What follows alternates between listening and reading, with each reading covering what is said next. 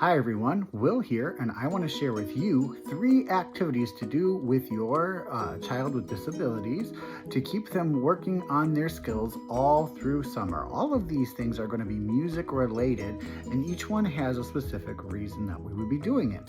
So let's go ahead and jump in and find out what some of these fun activities could be, and we will go ahead and try to put them in practice as soon as we finish the video. All right, I'll see you in a second. One of the skills our children with disabilities have a hard time doing is communicating in a way that makes sense in a conversation type style. There's a song that we actually use in elementary school that actually focuses on learning an actual conversation. It's really simple. It goes like this. So take a listen. Hello, hello, how are you? How are you? I'm fine, thank you, thank you. Hello, hello, hello, hello to you. Now this is a song that I actually sing with my special needs daughter. I say special needs daughter, I know some people get upset by that. She is my daughter with disabilities, but I am not unaware that she has special needs.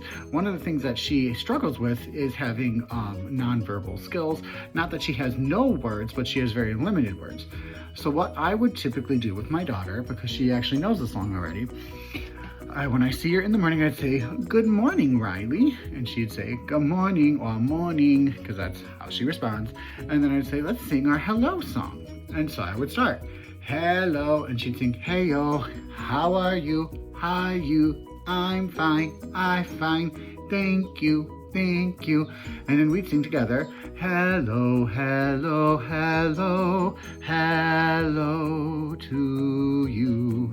The reason this is going to be important for your child with disabilities in the summer who may not necessarily be working on communication skills because they're at home. And I understand as a parent, you understand what your child needs, right? You understand what they're trying to ask you for, and you don't necessarily have to use the most amount of verbiage or most amount of social skills when they're trying to tell us what they need from mom and dad.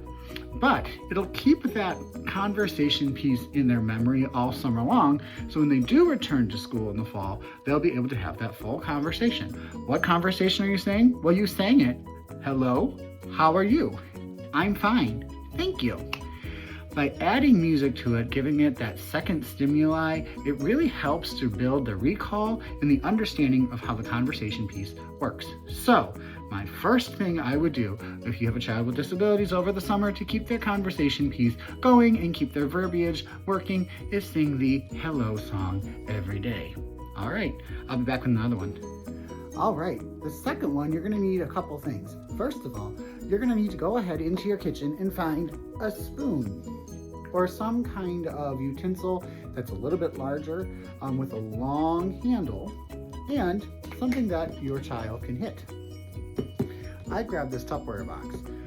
Pots and pans work very well too. I recommend the Tupperware in particular, just from my experience with working with students with disabilities. They tend to hit things very hard. So that hard metal pot is gonna have a very loud ting every time they hit it. What we want is something a little bit more muffled. Now, our skill and our game is gonna be called echo rhythms. Say echo rhythms, echo rhythms. What do you think that really means? It's really simple. An echo rhythm is a rhythm that you will do first and then your child will go ahead and do as well. So what we want to do, first things first, is make sure we have that box or that pot set. So help your child sit in the crisscross position. Well, I'm going to lift the phone up. Hopefully you're not motion sick. Crisscross position. What position do we not want our kids to sit in? If you said W sitting, you're correct. That's where the legs are splayed this way. It's actually really bad for their posture. Having them sit crisscross applesauce will give them a chance to sit up nice and tall, really working on that structure in the back and getting good posture. Next thing I want you to make sure you're doing this is all before you even play the game. Before you play the game, put the box or the pot somewhere where they can reach it, right? So I'm gonna lift my legs up a little bit so you can see it in the camera. Obviously, you wouldn't want your kids to sit like that. You want flat crisscross applesauce. All right. Here's the important piece. We don't want this. See what I just did? We don't want this rake grip. There's no control on that, and it's actually not a very good use of their motor skill. Instead, I want you to tell them to use their pincer, and we want them to grip like this. Now, that might mean you taking your hand and putting over your child's hand, get them used to that grip. Then you ideally will also have something that you're playing rhythm on, so make sure you have a pot and a bowl or something, and you'll play something simple. 1, 2, 3, 4. Then your child will play. If they have a hard time with it, you might need to do it a couple times. 1, 2, 3, 4. If they can't play the beat you're playing or play the rhythm you're playing, hand over hand again. You'll help lift, and let go. What you don't want to do is, I don't want you to do this whole motion with them. They're not going to benefit from this musical kind of drill if you're doing the whole thing. But to help lift, 1, 2, 3, 4, we'll teach them the motion we're looking for that rhythm. As your child advances through this activity, you can make the rhythms more complicated, like 1, 2, and 3, 4. If you see your child go like this, I want you to stop them and say, oh no rag, pincer. All right, what skills did we use that'll help your child through the summer? What are we developing? First and foremost, when your child uses a pencil in school or a utensil to eat with, they should be using the pincer grasp and not that rake kind of grasp. By playing a game like Echo Rhythms, they don't necessarily put together that they're doing work. It's a game. And what a great rewarding stimuli.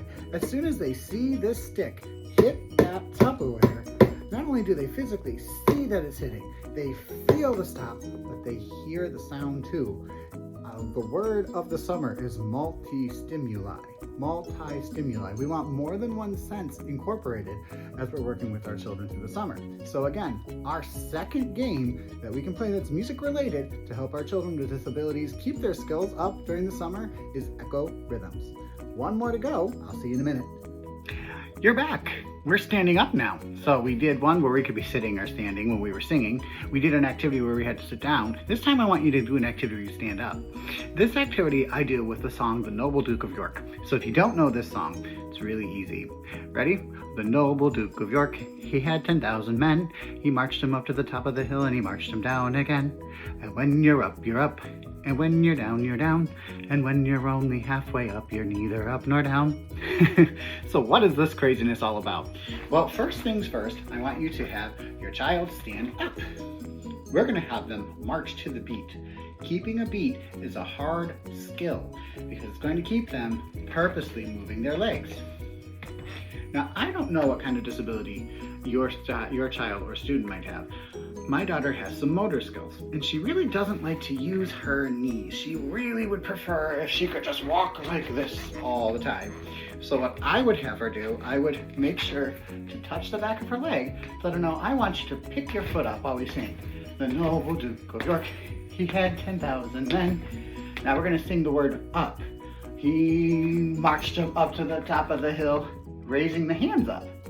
What we're putting is we're putting this idea of a word and a meaning together so we now understand up, and we're also moving our body, right? So let's start. The noble Duke of York, he had 10,000 men. He marched him up to the top of the hill and he marched him down again. The next part, we're going to put our hands up and down again. When you're up, you're up. And when you're down, you're down. And when you're only halfway up, you're neither up or down. That's going to be the hard part right there. Up or down. That's a really fast movement. What we're trying to work on is the B word. Did you figure it out? It's not bouncing a check. It's not bouncing a ball. It's not buoyancy. It's balance, right? Balance. I am not moving. Did you know that many children with disabilities who have motor skill issues have a balance issue? They walk like this. Or even worse, instead of sitting, they fall back. I'm not gonna actually fall back. So, doing the entire song helps one, build the cognition to understand I can keep a beat. The beat is my feet. Two, it's moving the legs to make sure the legs actually lift up. And again, we're reminding our child to do that by gently just rubbing the back of the kneecap, saying, I want this muscle group. You don't have to lift for them. You'll be surprised at how little you actually have to physically do to get the result you're looking for. Sometimes it's just reminding them the muscle group.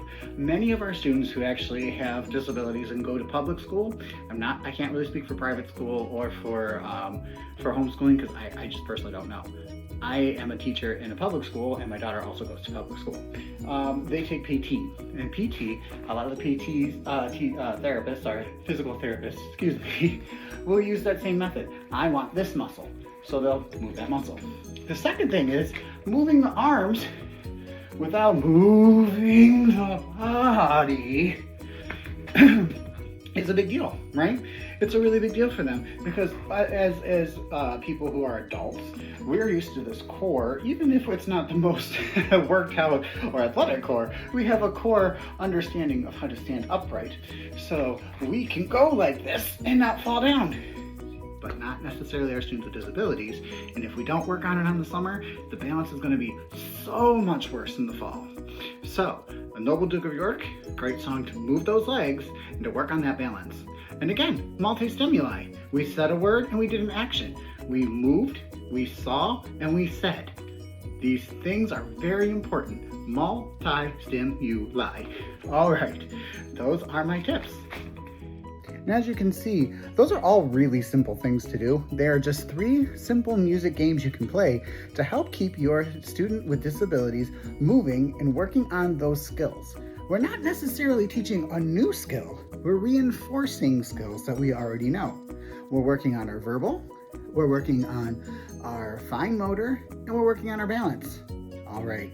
Thank you so much for watching. If you like this video, make sure to share and subscribe. I will try to release videos as I can as a teacher and a father of a special needs child. It's a little hectic, but I will do what I can. Until next time, have a great day. God bless.